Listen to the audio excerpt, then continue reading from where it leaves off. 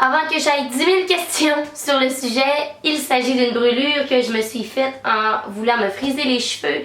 Je suis vraiment empotée, je sais pas qu'est-ce que j'ai fait, mais ça a donné cette belle magnifique chose juste ici sur mon cou.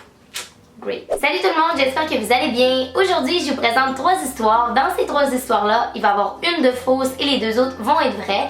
C'est des histoires que je tire directement de mon voyage en Chine parce que durant mon voyage, des fois, il y a eu des moments assez cocasses. Je pensais que ça serait cool aujourd'hui de vous en présenter 2 et un qui est totalement faux. Dans les commentaires, vous m'inscrirez lequel vous pensez qui est vrai et lequel qui est faux. Et je vais annoncer lequel histoire est fausse dans environ une semaine sur mon Instagram et aussi dans ma prochaine vidéo. La première chose que j'ai à vous raconter, c'est par rapport au peuple chinois en général.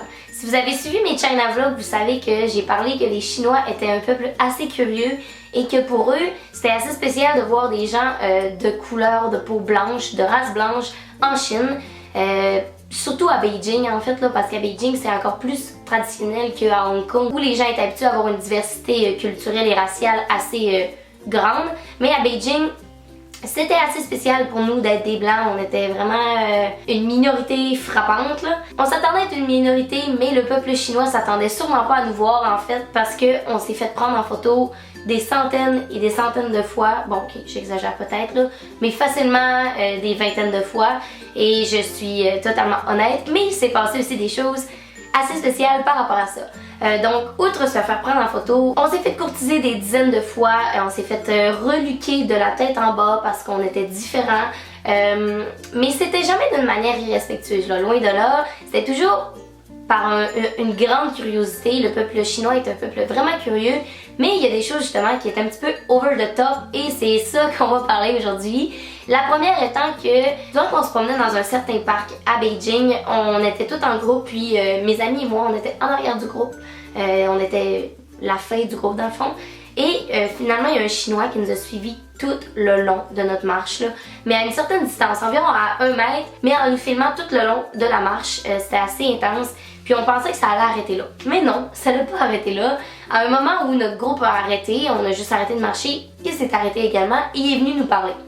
Là, écoutez, je peux pas vous dire ce qu'il nous a dit, je comprenais rien, mais il nous parlait vraiment d'une manière intense, puis il avait de l'air à vraiment vouloir engendrer une conversation, puis vraiment vouloir entrer dans notre petite bulle là. Donc moi je me retire un petit peu de la situation, je sais pas, je suis partie ailleurs, mais je regarde la scène de loin et je vois une de mes amies qui est en train de se faire prendre le bras par le Chinois et de se faire toucher. Mais il la touchait pas d'une manière je veux te flatter pour te draguer, il la touchait d'une manière qui comprenait pas son corps puis genre, sa morphologie, je comprenais vraiment pas ce qu'il faisait, mais il la touchait. Mon amie aussi s'est mentionné qu'elle avait elle a une demi-manche, donc elle a un tatou là, fait il touchait son tatou, je me demandais s'il avait déjà vu ça. Mais en Chine, il y a beaucoup de gens qui sont tatoués, donc là, c'était comme un petit peu étrange. On se demandait si la personne n'était pas tombée sur la tête avant de venir nous voir, mais bref, il commence à y toucher son tatou, puis finalement, il l'arrête complètement, puis il fait un périscope, ok? Si les gens, ici, il y a des gens qui savent pas c'est quoi périscope, un périscope c'est comme une vidéo YouTube mais en live, puis il fait ça avec mon ami. Pour la montrer à ses autres amis chinois. Dans le fond, il parle, on sait pas ce qu'il dit, mais on voit bien qu'il montre mon ami en question parce qu'il a pointe, puis il a de l'air full fier. Je sais pas ce qu'il disait, peut-être qu'il disait que c'était sa nouvelle blonde à ses amis, qui inventait quelque chose, mais bref, on peut pas le savoir. Puis là, déjà que c'était assez bizarre qu'il la filme en vidéo pour la montrer à ses amis, c'est pas fini. Il retouche son tatou en filmant pour voir, tu sais, pour montrer à ses amis, regardez, elle a un tatou. Il liche son doigt, comme ça, puis il se met à y frotter le bras pour essayer d'effacer son tatou comme si c'était du crayon devant le périscope. Donc imaginez la scène, ok?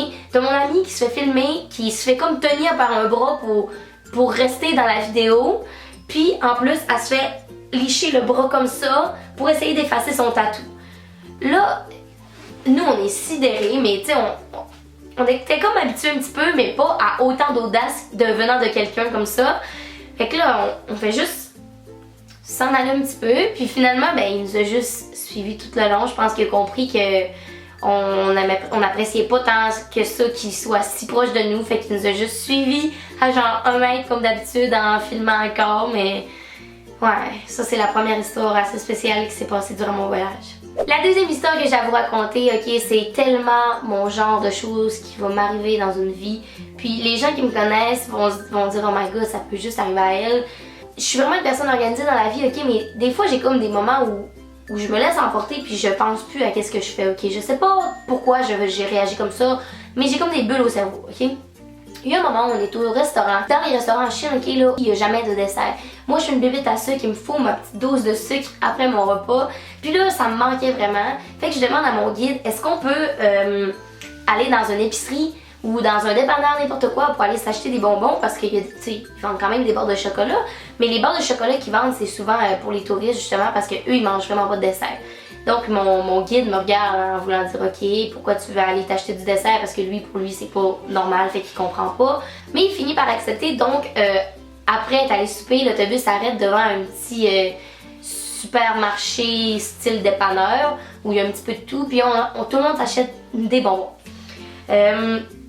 Moi, je me rappelle pas avoir eu mon sel dans les mains, ok, mais je l'avais dans les mains. Je sais pas qu'est-ce qui s'est passé là, c'est un des moments où je m'emportais justement là, un des moments où genre je pensais plus à rien, j'étais plus organisée là, c'était juste genre ouh, je veux des bonbons, je vais avoir enfin ma dose de sucre. Donc je sors de l'autobus, genre la première, je cours vers les barres de chocolat. J'en avais besoin, ok, là c'était un nid dans ce moment. Donc j'achète mes trucs, puis après ça je m'en vais. De retour à l'hôtel, je mange mon chocolat, je suis vraiment de bonne humeur. Puis là je pars pour appeler mes parents sur FaceTime. J'ai plus de téléphone. Là, je me mets à capoter. Je suis en Chine, j'ai perdu mon téléphone. Puis là, genre, mes amis me calment. Puis là, doucement, genre, ils commencent à me dire ok, là, on va refaire tout le chemin que t'as fait. La dernière fois que tu l'avais, quand est-ce te rappelles-tu l'avoir? Donc, moi, je dis que la dernière fois que je l'avais, c'était au restaurant. Fait que là, je dis ok, soit il est au restaurant ou soit il est au dépanneur. Il y avait comme pas d'autres options, c'était les deux seules options que ça pouvait être parce que je m'en rappelais l'avoir pris durant le souper. Donc là, on essaie de retrouver notre guide, on essaie de retrouver les accompagnateurs qui sont avec nous pour finalement appeler le chauffeur d'autobus que je comprends rien de ce qu'il dit parce qu'il parle que mandarin. Puis là, j'ai genre mon petit livre Larousse avec moi là, pour parler. Genre translate français mandarin. Puis là, j'essaie de retrouver genre une phrase pour dire que est-ce qu'il peut vérifier si mon sel est dans l'autobus ou s'il est juste tu sais, s'il peut retourner au restaurant ou contacter la personne de l'épicerie parce que là, moi je suis en Chine, là, comment voulez-vous que je retrouve ça? Fait que là, je capote, puis là, comme pour les gens qui me connaissent, vous savez que genre je fais une grosse montagne avec rien, là, fait que je me mets à freaker, là, je panique, je suis là, oh mon dieu, qu'est-ce que je fais? Toutes mes photos de voyage étaient là-dessus en plus. Tu sais, mes vlogs étaient sur la caméra, mais mes photos que je prenais étaient sur mon cell. J'étais complètement dévastée. Puis finalement, mon guide, qui est genre une personne en or, a décidé qu'il allait retourner avec moi à pied parce que le dépanneur était pas si loin que ça de l'hôtel, environ à 10-15 minutes de marche. Puis on s'est rendu à pied au supermarché. Puis par miracle, okay, mon téléphone était resté genre entre deux palettes de chocolat. J'étais tellement pressée de m'acheter du chocolat que j'ai juste laissé mon sel là, j'ai pris ce que j'avais besoin puis je suis partie payer. Genre sans même pas penser, allô Émilie, ton sel, tu l'as laissé dans la boîte de chocolat. Tu sais, il était dans ma face.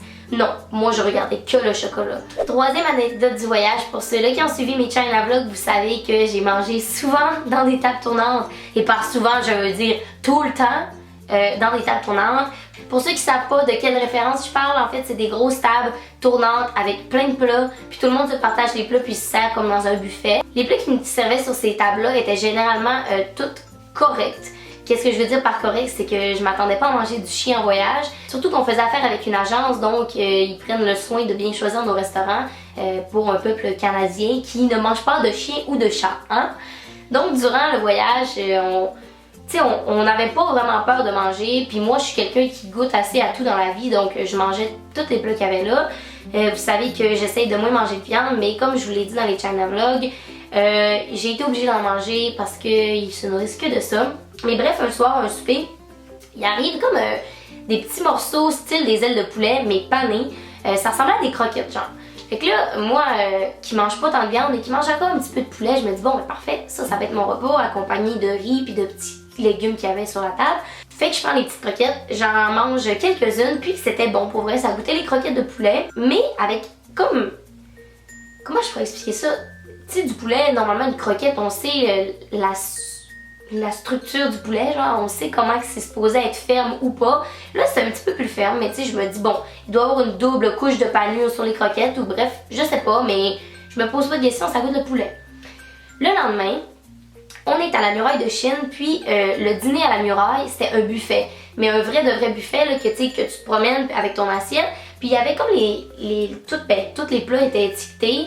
Puis vu que la muraille c'est un endroit assez touristique, pour une fois, c'était écrit en mandarin et en anglais. Donc on était capable de savoir qu'est-ce qu'on mangeait. Et j'ai revu les mêmes petites croquettes. Puis là, je me dis, ah, je vais encore en manger, c'était bon hier. Sauf que je regarde finalement le nom pour savoir c'est quoi.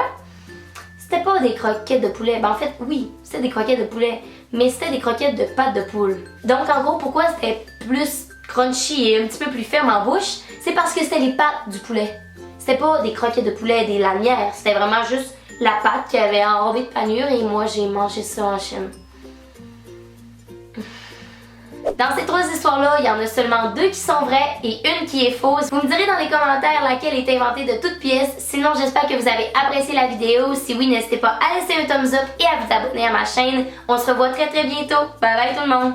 Par la suite, qui dit été dit on veut avoir l'air glowy, on veut que notre peau ait de l'air en santé, ait de l'air lumineuse.